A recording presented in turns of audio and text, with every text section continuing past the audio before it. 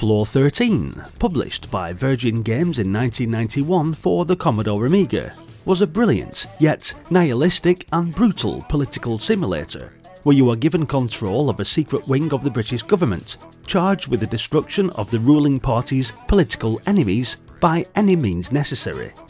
Programmed by the awesome Shahid Ahmad, who Commodore 64 owners will remember from games such as Chimera and the conversion port of Jet Set Willy. You are a minister without any official portfolio. This means that you are assigned to a made-up ministry at the top of a tower somewhere in London. It is your task to ensure the integrity of this special country, while making sure that the Prime Minister stays happy and retains the confidence of the electorate. Your power and influence are wide-reaching. You can order kidnappings, frame-ups, even murders of anyone who your network of spooks, bobbies and narcs are led to believe might compromise the glory that is the United Kingdom. As the world in this game is considered to be a grey, dull place, Virgin have decided to make the game match the environment, and, as you'll see, it's totally and utterly monochromatic. You get to sit in your office, waiting for communications to come in, examining records, and generally gazing out of the window in a paperclip bending, litter bin basketball sort of way.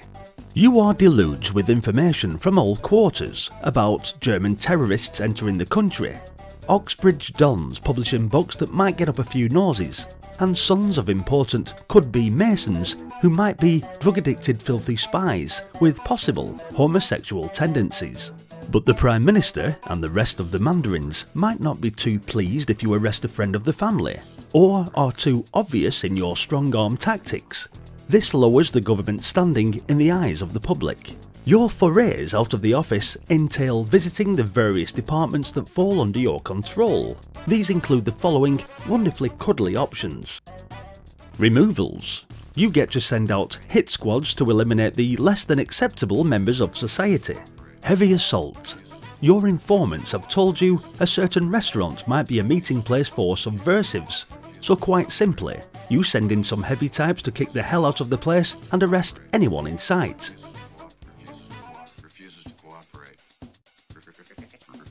Pursuit. Slightly more subtle in its effects. This just means that you follow a poor unsuspecting party around for a while, instilling in them a sense of deep paranoia.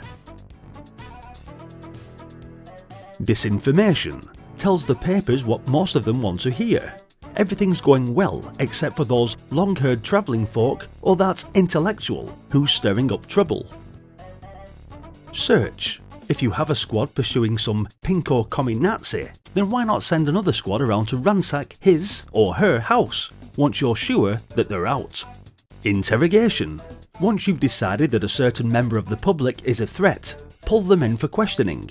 There are several levels to this, most of which end up with the death of the suspect. Infiltration. This is fun for training up your youngsters. Send them along to the nearest East End pub where the revolutionary society is meeting and become part of the group.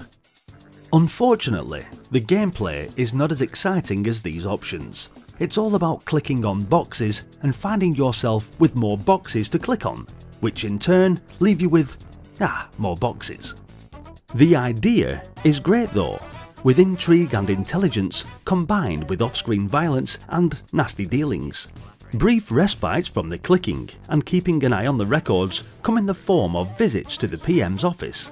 Every so often, you are called up to be offered a knighthood and given loads of positive reinforcement. Or the Prime Minister can give you a severe rollicking. Get in too much trouble and you find yourself being pursued and removed from your office, and the world in general. This only occurs when you return to the office at the end of a hard day's subversion, and that, as they say, is that. Still, if the theme attracts you, you could do a lot worse than give Floor 13 a whirl on your Commodore Amiga.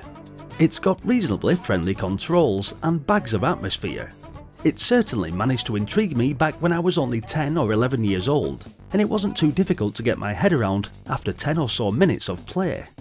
It's a true original too. And if you haven't been put off by the fact that the game doesn't feature a single colour image, well, you might find it'll get a hold on you too. Thanks for watching, guys. Give Floor 13 a whirl and let me know what you think in the comments section. Also, don't forget to give the video a like. I know it's technically another click in a proverbial box, but at least we won't send anyone out to you for a surprise session of interrogation on this channel. Nope, we're all friends here. And that's also why you should subscribe to the channel and follow me on this epic journey down memory lane. Check out the other games on the channel, and if you're also a fan of the Commodore 64, then there's a whole set of playlists for you to look through, as well as an ever-increasing catalogue of Amiga games too. Hopefully, I'll see you all in the next video. Until then, bye for now. Refuses to cooperate. Refuses to cooperate.